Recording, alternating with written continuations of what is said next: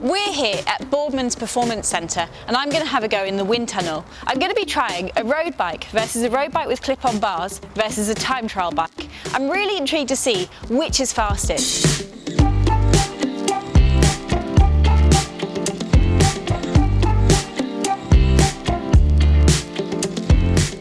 So I, like probably quite a lot of people, have never been in a wind tunnel before. So tell me, what can I expect to experience today? Well, the wind tunnel is designed to replicate the wind speeds that you'll be experiencing when you're out on the open road. We're going to test today at 25 miles an hour, 40 kilometers an hour, and then we'll go a little bit faster as well. And it's a wall of wind, and that wind is pushing you back, and the thing we're measuring is that pushback, the force of that wind, and that's the thing, that's drag, that's the thing we're trying to reduce. And should I be expecting to work quite hard in this session? No, so you're on a roller system and you're going to be pushing about 70 watts of power, 50 to 70 watts. So for those of you familiar with power numbers, you'll know that that's just a low output. Mm-hmm. It's important that you're riding, it's important that you're turning your legs, but it's not going to be a hard workout. So I didn't need to taper for this then? No.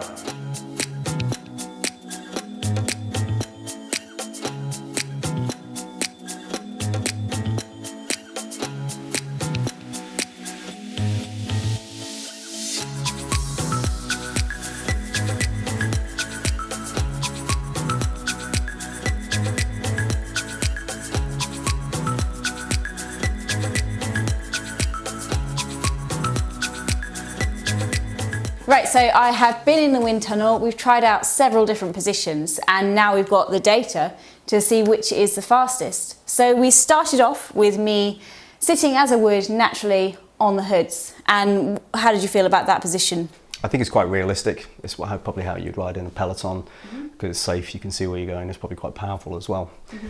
But as we saw, it's our least aerodynamically efficient position. Mm-hmm. We next moved on to riding on the drops, which is what you would traditionally, that's where the position you adopt when you want to get faster. How did we find that was? So as a position, in terms of aerodynamic performance, that's just a shy of a kilometre an hour faster, so 0.9 kilometres an hour faster in that position on the right there. Mm-hmm. And mostly that's because you've dropped your torso and your head, so the frontal area that's being presented to the wind is less. Mm-hmm. The equivalent in performance would be 80 seconds over a 40 kilometre an hour race at the baseline speed that we were riding at. And putting you on the spot a little bit, how many watts am I saving at that? So that is, for the same speed, that's an 18 watt saving. We were working at 300 watts, which was the speed for the baseline CDA, and we're knocking 18 watts off that. Yeah, I mean, if I trained for a year and gained 18 watts on my FTP, I'd be quite happy at this point. That's a good way of looking at it. So next you had me really hunching down to get low on the drops as well. And that we found made quite a significant difference. Well, that's almost the same again. In fact, it's actually slightly more. So that's just over 2 kilometres an hour faster, so from the baseline position. So that's the equivalent of saving 38 watts over the baseline. 38 watts? Yep.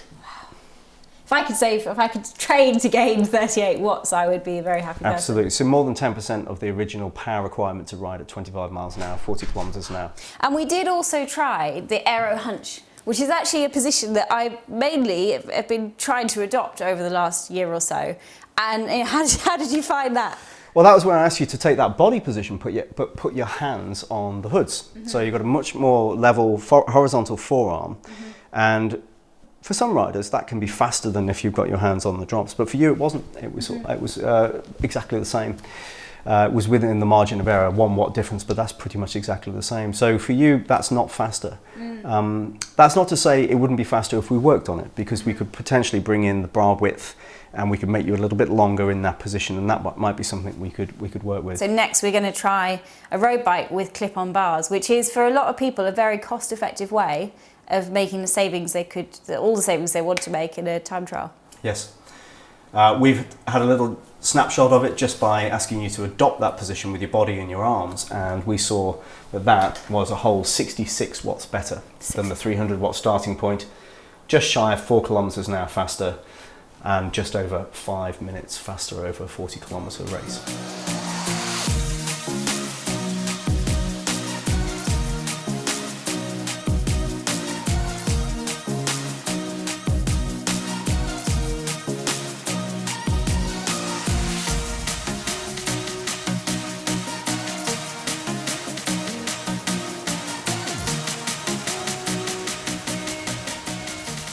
We've now had a go with a pair of clip-on bars, which is a popular approach that people take, often when they're first getting into time trialling. I've always been quite sceptical about how much difference you can actually make. So what did we find?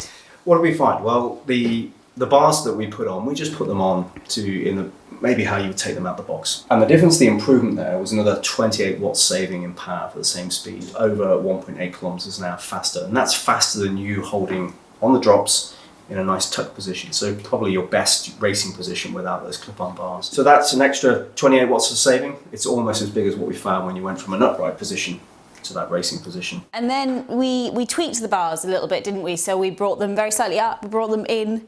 And what kind of difference does that make? Well, that's what's on the screen there. So on the left-hand side, the left-hand picture is how we just put the bars on, out of the box.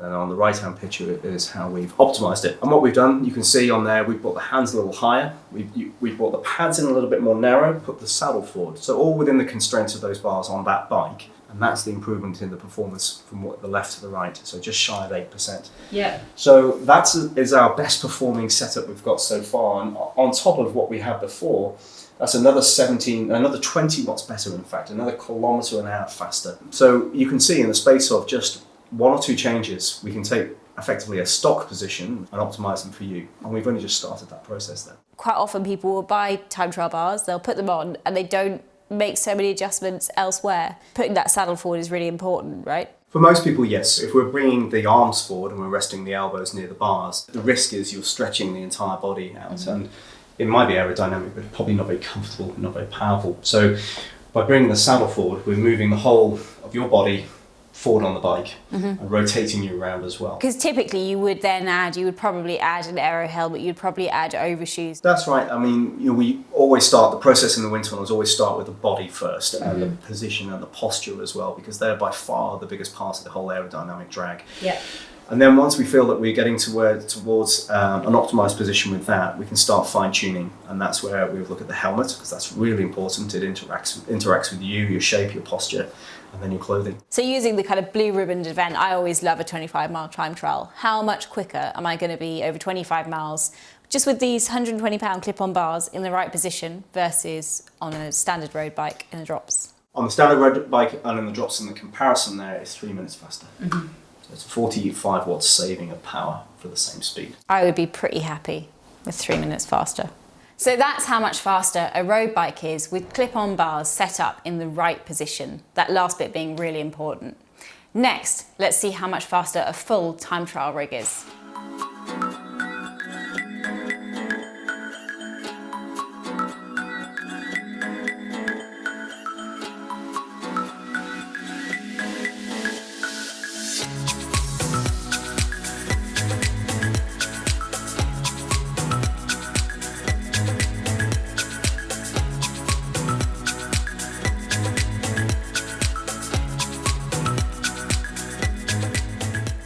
Okay, we have now set me up on a full time trial rig and the results have been, I'd say, somewhat surprising. We began on the TTE time trial bike and we tested that at around 25 miles an hour. So that's just breaking your hour for a 25-mile time trial.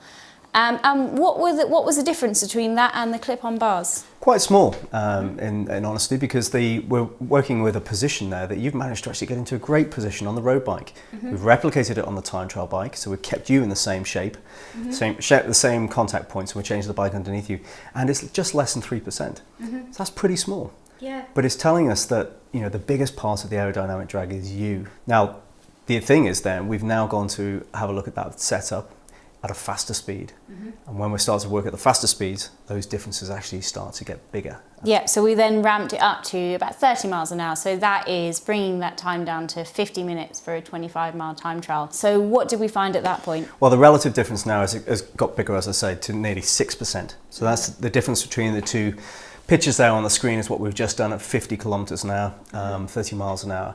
And that's an improvement in speed of a kilometre an hour and a saving of 21 watts of power. And the kind of rider that is getting into the 50-minute territory, they'll be a well-trained athlete. So that, that 20 watts is going to be hard to achieve elsewhere.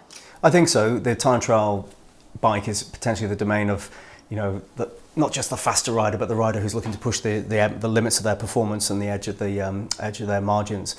And we see that with the time trial bike, when they get to faster speeds, they generally will get to a better performance. It's largely around the aerodynamic profiles of the tubes, that's important, but also the front end as well, the head tube and the rest of the shape of the various different tubings around there.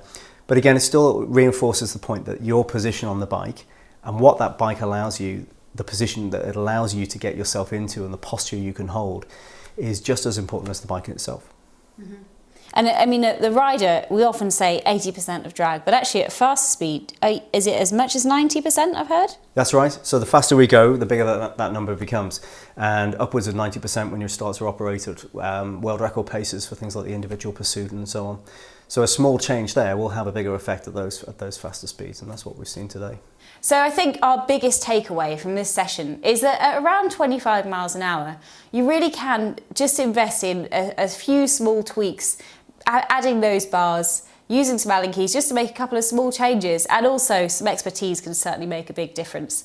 However, when you're going faster at closer to 30 miles an hour, every little helps. And that integrated cockpit, those clean lines start to really add up to the seconds that will see you making those big PBs and winning races.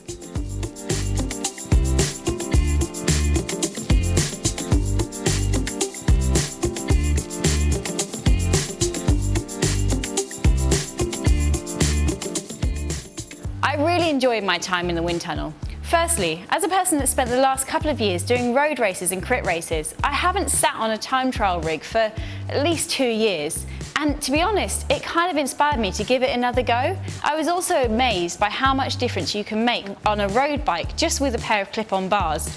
But then going to that TT rig, when you're at fast speeds, you can really make some inroads into those new PBs. I hope you'll all agree that today has been a really eye-opening experience. Would you give a wind tunnel session a go? Let us know in the comments. And if you've enjoyed this video, please like and subscribe.